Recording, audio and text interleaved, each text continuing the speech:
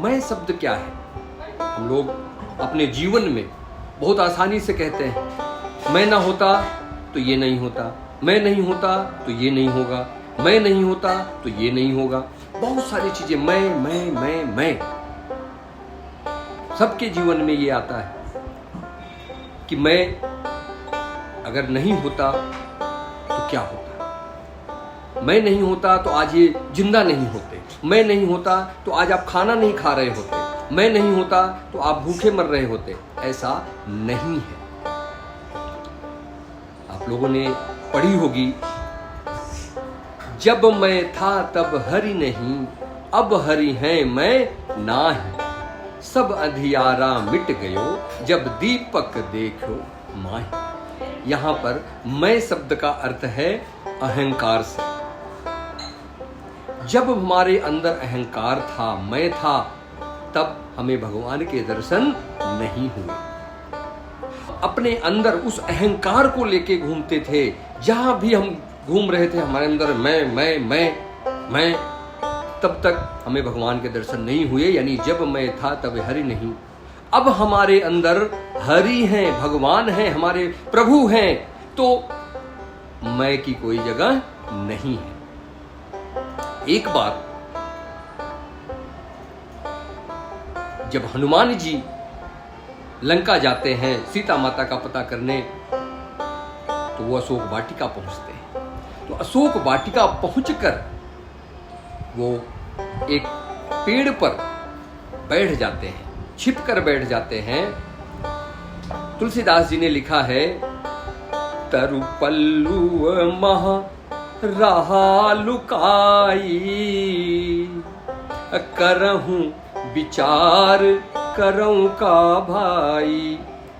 यानी तरु पल्लू, यानी कि तरु मतलब पेड़, वृक्ष, वृक्ष के पल्लवों के बीच में छिप कर बैठ जाते हैं और विचार करने लगते हैं कि क्या करूं, कैसे माता जी के सामने जाऊं, सीता माता के सामने जाकर मैं क्या कहूंगा, वो मुझे कैसे पहचानेंगी, मुझे देखते ही तो अलग ही सोचिए कौन है, मुझे तो जानती नहीं। इतने में वहां रावण आता है। तो रावण आते ही बहुत सारे साम दाम भय भेद सब चीजों से सीता माता को डराने की, धमकाने की, मनाने की कोशिश करता है, लेकिन सीता माता नहीं मानती है। तब वो उनको मारने के लिए दौड़ता है, सीता माता को मारने के लिए दौड़ता है। तो हनुमान जी अलर्ट हो जाते हैं, अरे ये तो माता को मारने जा रहा है, ये तो अब मैं क्या करूं, अब मैं तो हूं, अब मैं तुरंत अब प्रकट होने वाला हूं, यानी अपना रूप लेके मैं तुरंत जाके माता जी सीता को बचाता हूं। ये तो अच्छा हुआ मैं था, यदि मैं ना होता तो क्या होता। यही सब कुछ विचार करते ही कर ही रहे थे कि अब मैं जाने वाला हूं, जाऊं और रावण का वध कर दूं। तुरंत ही जैसे तलवार लेके दौड़ता है और हनुमान जी तैयारी करते हैं कि मैं बस पहुंचूं, तुरंत क्या करते हैं, मंदोदरी उनका हाथ पकड़ लेती है। मंदोदरी तलवार पकड़ लेती हैं, कहती हैं स्वामी ये अपराध है, रोक देती हैं। तब हनुमान जी पीछे हो जाते हैं, कहते हैं अरे ये तो मैं बहुत बड़ी गलतफहमी में था। मैंने सोचा कि अरे मुझे प्रभु ने इसीलिए लग रहा भेजा है कि भाई वहां ऐसे मारेंगे तो आप बचा लेना, मैं ना होता तो मैं हमारे अंदर आ गया कि भाई मैं अच्छा हुआ मैं हूं जो मैं भी बचा सकता हूं।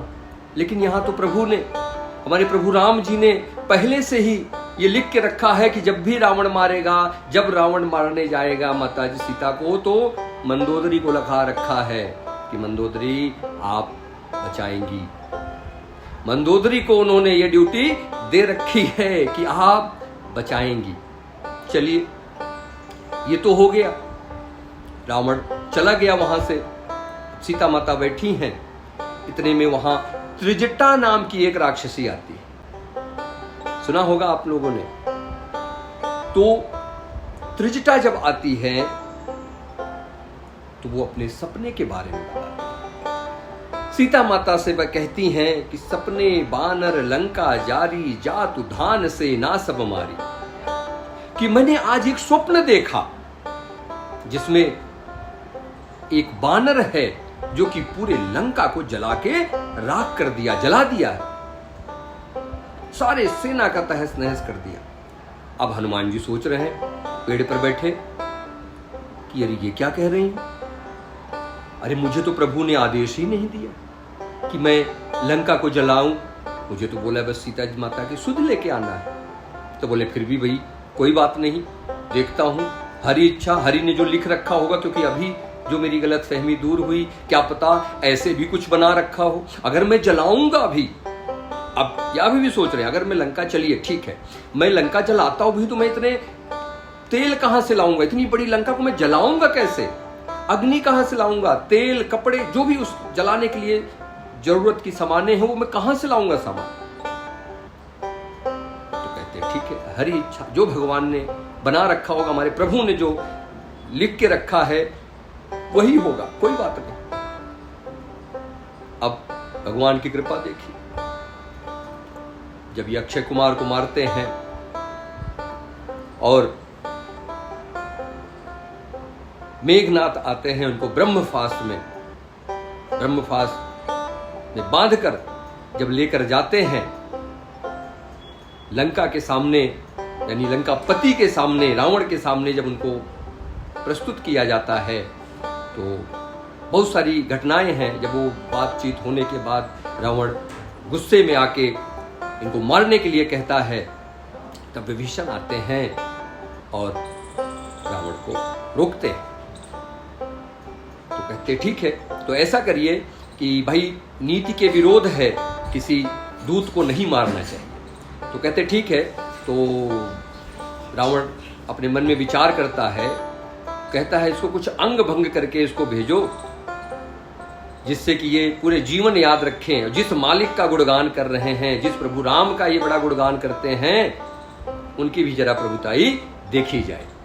तो कहते ना, कपि के ममता पूछ पर सब ही कहूं समुझाई, तेल बोरी पट बाधी पुनी पावक देहूं लगाई।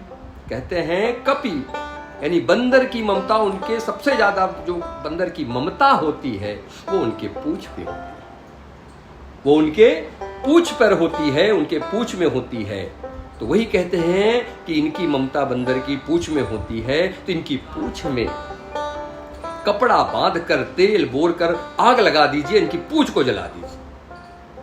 अब हनुमान जी सोचने लगे, बोले जय हो प्रभु श्री राम, जय हो, आपकी महिमा तो अपरंपार है, बोलो जय श्री राम। कि मैं तो सोच ही रहा था कि जो त्रिजटा ने सपना मुझे बताया, मैं तो सोच रहा था ये कैसे होगा, ये तो खुद ही कर रहे हैं, रावण तो खुद ही कर रहा है, हमें ना कपड़े ढूंढने की जरूरत है, ना आग लगाने के लिए तेल की जरूरत है, और ना ही आग लगाने के लिए आग की जरूरत है। रावण तो स्वयं ही सारी व्यवस्था कर देता है, हमारे प्रभु ने यह भी बना के रखा हुआ है। अब जब लगाते हैं पूरी लंका तहस नहस जला के चले जाते हैं। अब पूछ बुझाई खोरी श्रम धरि लघु रूप बहोरी, जनक सुता के आगे ठाड़ी भयंकर जोरी। जब पूरी लंका जला देते हैं, पूरी लंका तहस नहस करके अपनी पूंछ को बुझाकर सीता माता के सामने पहुंचते हैं, हाथ जोड़ के खड़े होते हैं, खड़े होकर उनसे कहते हैं अब चलिए, ये तो आगे का प्रसंग है, मेरा बताने का मतलब ये था कि मैं कौन होता हूं किसी को खिलाने वाला, मैं कौन होता हूं किसी को ये करने वाला। ये तो जो कुछ भी हो रहा है ये हमारे प्रभु की लीला है, प्रभु ने बना कर रखा हुआ है। बोलो जय श्री कृष्णा। भाई जय श्री कृष्णा तो बोलना पड़ेगा, इसमें कंजूसी नहीं चलेगी।